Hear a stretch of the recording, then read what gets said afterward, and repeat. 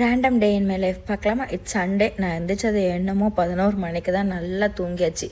ஏன்னா நான் தூங்கின டைம் வந்து 5:30 தான்.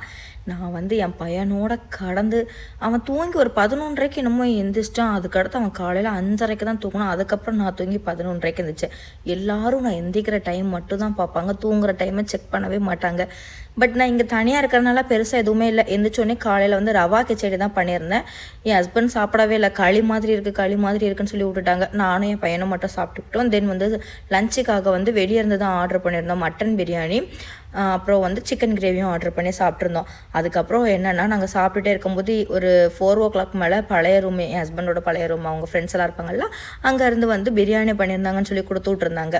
வெஜ் பிரியாணியும் பீஃப் கறியும் கொடுத்து விட்ருந்தாங்க. ஸோ அதை வச்சு வந்து டின்னர் முடிச்சிடலாம் அப்படின்னு பிளான் பண்ணியிருந்தோம்.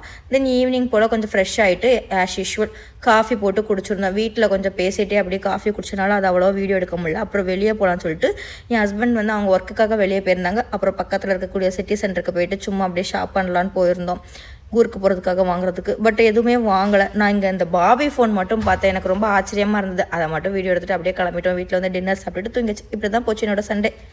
உங்களுக்கு சண்டே எப்படி போச்சுன்னு சொல்லி கமெண்ட் பண்ணுங்கள். வீடியோ பிடிச்சிருந்தா லைக் பண்ணிட்டு சேனல் அப்படியே சப்ஸ்கிரைப் பண்ணிக்கோங்க. நெக்ஸ்ட் ஒரு வீடியோவில் பார்க்கலாம். பாய்.